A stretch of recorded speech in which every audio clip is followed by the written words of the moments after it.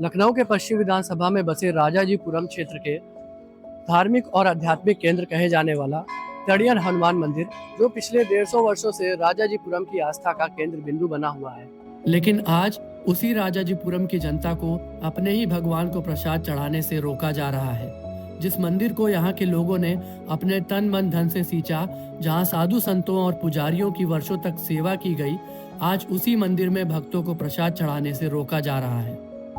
आज यह मंदिर न लखनऊ की जनता के हाथों में है, न राजाजीपुरम के लोगों के, बल्कि एक ऐसे ट्रस्ट के नियंत्रण में चला गया है जो नियम आस्था के आधार पर नहीं बल्कि अपनी सुविधा के हिसाब से तय कर रहा है। कहा जा रहा है कि मंदिर की शुद्धता के नाम पर कुछ दुकानों से लिया गया प्रसाद चढ़ाने की अनुमति नहीं है, जबकि उन्हीं दुकानों की रोजी रोटी वर्षों से मंदिर और श्रद्धालुओं के साथ जुड़ी रही है। लेकिन सवाल यह है, कुछ वर्षों पहले बने इस ट्रस्ट ने कभी मंदिर में चढ़ने वाले दान पर रोक क्यों नहीं लगाई? कभी यह नहीं पूछा कि दान में आने वाला पैसा किस कमाई से आया है? क्या बेईमानी, क्या जुए से कमाया गया धन मंदिर में चढ़ते ही शुद्ध हो जाता है और स्थानीय दुकानदारों का श्रद्धा से बनाया गया प्रसाद अशुद्ध कहलाने लगता है?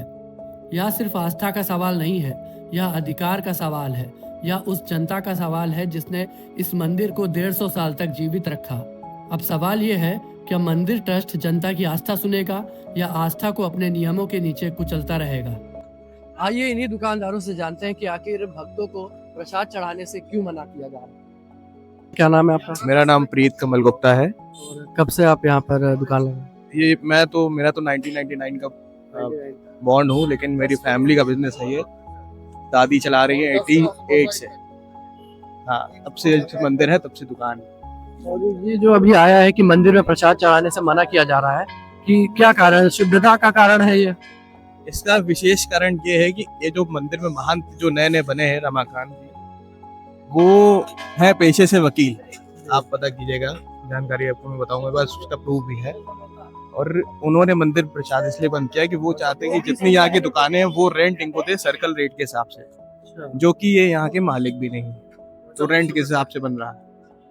ठीक है, हम लोग मंदिर के हिसाब से जो रेंट जा रहा है, जो पुराने हिसाब से चल रहा था वो दे रहे थे। अब इन्होंने सर्कल रेट के हिसाब से बोला कि आप लोग 6-7 हज़ार 10-10 हज़ार जो भी रेंट बन रहा है वो आप रेंट दीजिए। तो हम लोगों ने डिनाई किया। उसका केस चल रहा है, केस नंबर मैं आपको बता सकता हूँ, कोर्ट में जो चल रहा है एडीएम ईस्ट में चल रहा है। ठीक, अब कुछ कर नहीं पाए तो बीच में अफवाह फैली थी प्रसाद में मिल रहा है, ये सब वो सब मिल रहा है, तो उसको इन्होंने उसकी आड़ में अपना काम जो है बना लिया, यहाँ प्रसाद ही बंद करा दिया। उस समय कुछ जगह पे बंद हुआ था। कब बंद हुआ है? कितने साल? ये हो रहा है धीरे धीरे, 1 साल, अक्टूबर में पिछले साल बंद हुआ था।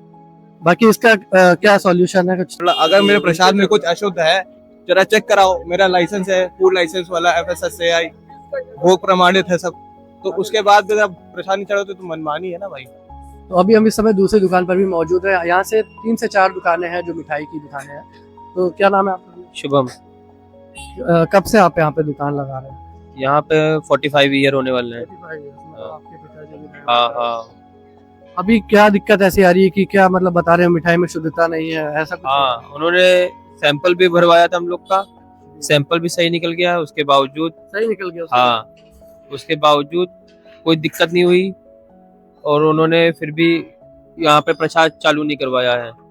क्या कारण है? मतलब क्या क्या है? उन्होंने बेसिस ये रखा था कि तिरुपति बालाजी में जैसे देसी घी की अशुद्धता की वजह से यहाँ पे बंद करवाया था, तो उन्होंने वहाँ पे जैसे तिरुपति बालाजी में वो शुरू हो गया प्रसाद 1 हफ्ते के अंदर, पर यहाँ पे उन्होंने नहीं शुरू करवाया। उन्होंने कहा कि यहाँ पे अशुद्धता है ना। और दूसरी चीज कि इतने सालों से वो खुद खा रहे थे तो कोई दिक्कत नहीं थी, वो इंटरनली जो प्रॉब्लम थी हम लोग की वजह, उसकी वजह से प्रसाद बंद है। तो आपको कितनी समस्या झेलनी पड़ रही है? आप लोग का जो नुकसान हो रहा है, कितना बहुत नुकसान हो रहा है। कोई दुकानदारी नहीं बची है और वर्कर लोग को भी आधा हो गया है मेरा। बड़ी दिक्कतें हैं हम लोग के साथ। आप लोगों ने इसकी शिकायत और कहीं नहीं करी अभी तक? अभी तक तो कुछ नहीं हुआ है। हम लोग ने मंदिर के महान जी से बात भी करी थी, तो उन्होंने कहा था विचार करते हैं फिर आगे बताएंगे, पर उन्होंने कोई ठोस निर्णय नहीं लिया। क्या नाम है? मेहमान रमाकांत जी नाम है। जो यहाँ पे ट्रस्ट बना हुआ है मंदिर का, तड़ियन हनुमान मंदिर ट्रस्ट, उसी के अध्यक्ष हैं? हाँ, वो उसके अध्यक्ष है मंदिर ट्रस्ट के। और उन्होंने कहा लेकिन था। आप ये देख रहे हैं कि बगल में बालाजी मंदिर है 1 किलोमीटर की दूरी पे यहाँ से, वहाँ पे तो लगातार प्रसाद चढ़ रहा है और यहाँ पे तो कई भक्त वापस लौट जा रहे हैं यही सुनकर कि प्रसाद नहीं चढ़ाया जा रहा है, तो इससे तो आपकी भी नुकसान है और एक तरफ चढ़ाया जा रहा है। नहीं, बालाजी मंदिर में चढ़ रहा है, हर हनुमान मंदिर में चढ़ रहा है, हनुमान सेतु बड़ा मंदिर है उस पे भी चढ़ रहा है, पर अपने मंदिर में नहीं चढ़ रहा है। तो आपको क्या लगता है कि मेन रीजन शुद्धता का ये बंद करने का या कुछ और रीजन है जो आपको इंटरनली पता है कि क्या रीजन हो सकता है? नहीं, हमें जो लगता है कि महाराज जी हम लोग से नाराज हैं उसी की वजह से है।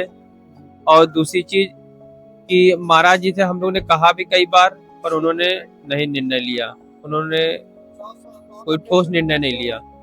क्या नाम है भैया? संस्कार गुप्ता। कब से आप यहाँ दुकान लगाए हैं? 1984 से। 1984 से, मतलब आपके दादाजी वगैरह रहे? जी जी जी। तो अभी जब कुछ समय से यहाँ पे बात आ रही है शुद्धता की और उसके कारण जो है अंदर प्रसाद चढ़ाया नहीं जा रहा है, तो क्या कुछ नुकसान हो रहा है? अब देख ही सकते हैं भीड़ बिल्कुल नहीं रह गई है, ऐसा नहीं है कि कुछ मिलावट है, सब तो शुद्ध है। अंदर जो बूंदी बटती है वो भी रिफाइंड की है, यहाँ पर भी सब शुद्ध है, आप लोग देख सकते हैं, कोई मिलावट वाला नहीं है, बस वो फालतू का प्रोपोगेंडा है और प्रसाद नहीं चढ़ाया जा रहा।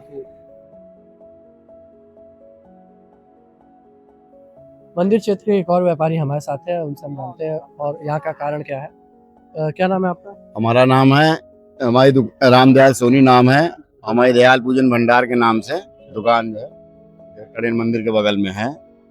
और चूँकि पिछले करीब 90 से हमारी दुकान यहाँ पे है, 35-36 साल हो गए हैं। लेकिन जैसा अब ये मतलब जो अभी आए हैं जो अपने आप को महान कहते हैं, इन्होंने जैसा किया है, मतलब पिछले 2022 से इन्होंने प्रसाद को जो है बंद कर दिया है, जो कि बजरंग बली जी का प्रिय भोग जो है बेसन के लड्डू होता है। लेकिन इन्होंने अपने निजी स्वार्थों की वजह से दुकानदार को परेशान करने के लिए प्रसाद पे 3 साल से प्रसाद को चढ़ा नहीं रहे हैं।